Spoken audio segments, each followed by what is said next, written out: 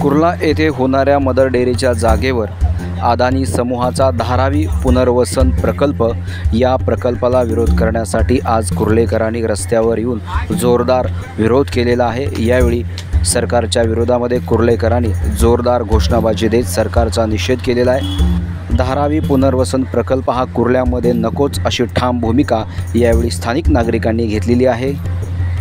याच संदर्भात स्थानिक नागरिकांशी आम्ही संवाद साधला आहे। मी आज कुर्ला वासी म्हणून बोलत नाही, परंतु आज जे अदानीच्या बाबतीत जे अख्ख्या मुंबईमध्ये वातावरण झालेलं आहे, धारावी वासियांना जे इथे आपण स्थलांतर करतोय, मुलुंडला करतोय, हे अत्यंत अयोग्य आहे। कारण धारावीवाल्यांचं पुनर्वसन त्याच ठिकाणी झालं पाहिजे। आज कुर्ल्याची परिस्थिती बघितली तर ट्रॅफिक एवढे जाम आहे, फुटपाथ लोकांना चालायला नसून त्या फुटपाथवर जर अतिक्रमण केल्यानंतर उद्या आम्ही कुर्ल्यावासी जायचं कुठे? मी इथल्या स्थानिक आमदारांना एवढंच सांगतो की त्यांनी मध्ये GR इथे लावला होता, तो आम्ही रद्द केला, त्याचं काय झालं?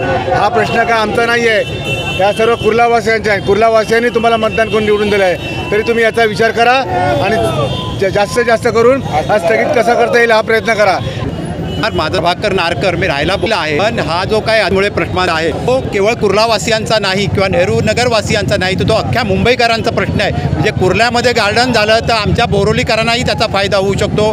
मुलुंडमधला इश्यू आहे, मालाडमधला इश्यू आहे, हे सगळ्या जमिनी जर अंबानीला अदानीला देणार असतील तर मग मुंबईकरांनी जायचं कुठे हा आमचा प्रश्न आहे। कारण आज मुंबईकरांना राहायला जागा नाही, फिरायला गार्डन नाही। जगामध्ये असं हे मानलं जातं की 1000 लोकसंख्येमागे साधारण 4 एकर जागा मोकळी असली पाहिजे।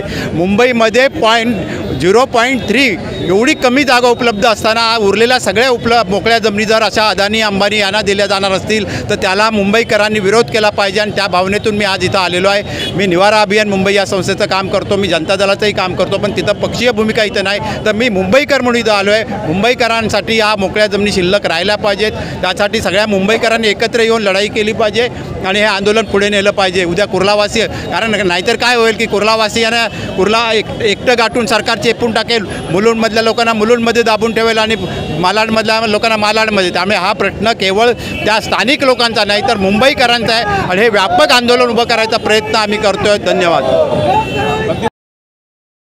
आम्ही या डेअरीच्या शेजारी राहणारी माणसं आहोत, त्यामुळे आम्ही सगळ्यात जास्त भोगणार आहोत। बरं का, आमची डेअरीचं उजाड केली तर आम्हाला तिथं प्राणवायू म्हणजे आमच्या सारख्या वयस्कर माणसांना जगणं मुश्किल होणार आहे। ते तेवढंच एक आधारस्तंभ, तेवढीच एक हिरवळ आहे या कुर्ल्यामध्ये आणि त्या हिरवळीचं रक्षण करणं यासाठी आम्ही पाहिजे ते करू, पाहिजे त्या टोकाला जाऊ। आज तो थोड्या लोकांना हे केलं, होय याच्या पुढचा संघर्ष आमचा अधिक कडवट असेल तर तेवढीच एक झाडं आहेत, 1000 झाडं आहेत तिथं, 1000पेक्षा जास्ती, तेवढीच एक हिरवळ आहे।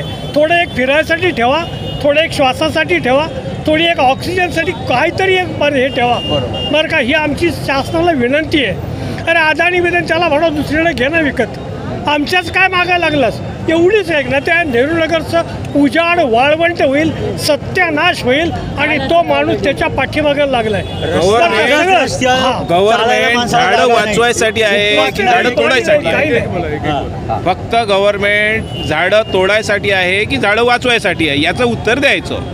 काका, तुम्ही अनेक वर्षापासून या भागात राहताय, तुमच्या कुर्लावासियांसाठी एकच असं एक ठिकाण आहे हिरवळीचं, ते पण तुम्ही नष्ट करताय।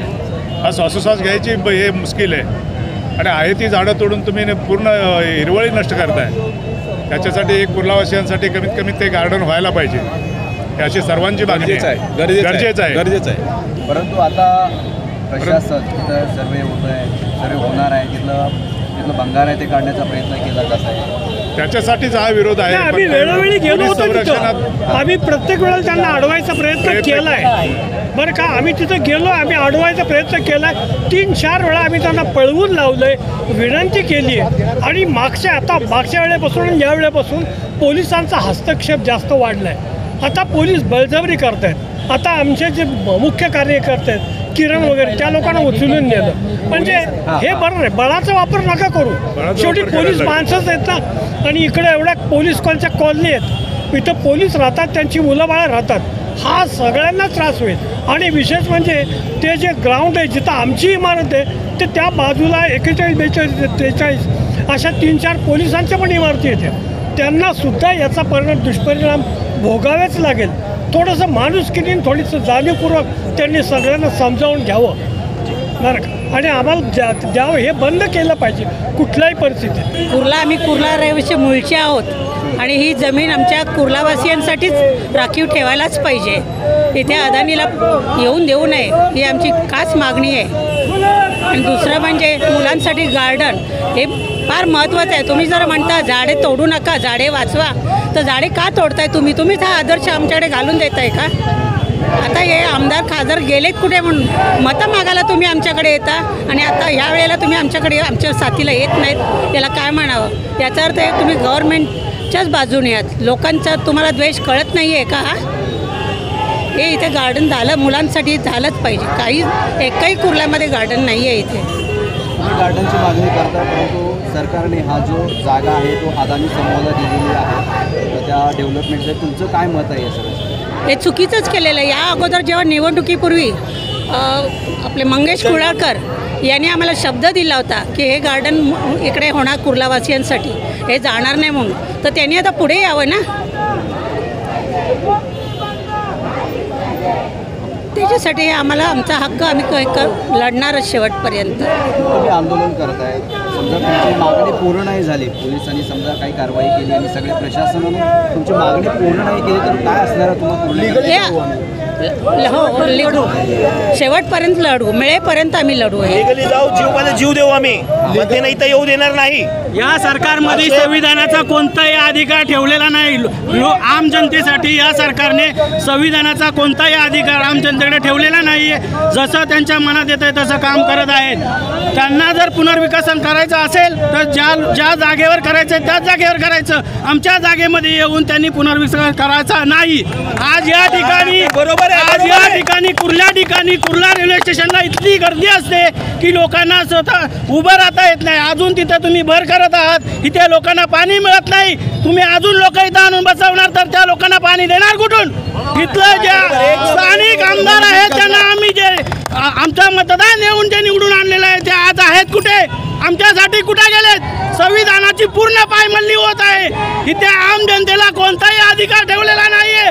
हे सरकार त्यांच्या मनमानीने कारभार करत आहे.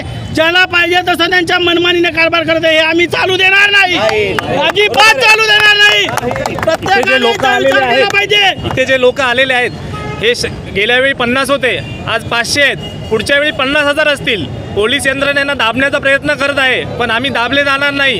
कारण की इथे सगळे लोक आलेत ते स्वतःच्या अधिकारासाठी आलेले आहेत, आमच्या पुढच्या पिढीच्या भवितव्यासाठी आलेले आहेत, संगोपनासाठी आलेले आहेत. सरकारला या गोष्टीची काही गरज पडलेली नाही आहे. आमचा सरकारला जो प्रश्न आहे की जर का आम्ही तुम्हाला मतं दिलेली आहेत तर तुम्ही आमच्या मताचा योग्य वापर करा.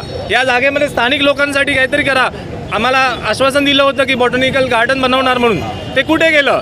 आणि आज लोकांना इथे दाबण्यात येत आहे.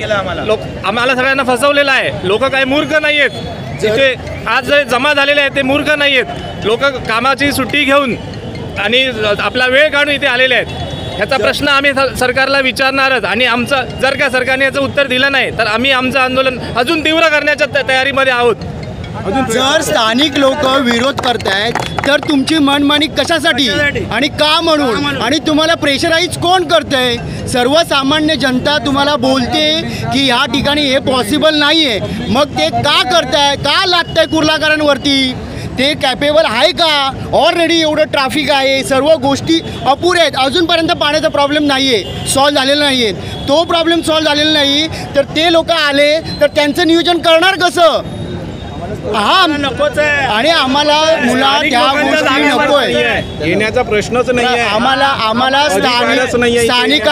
स्थानिकांचा सर्वप्रथम या गोष्टीला विरोध आहे, तर ती गोष्ट आमच्यावरती लादू नका, एवढंच आम्हाला बोलायचं आहे.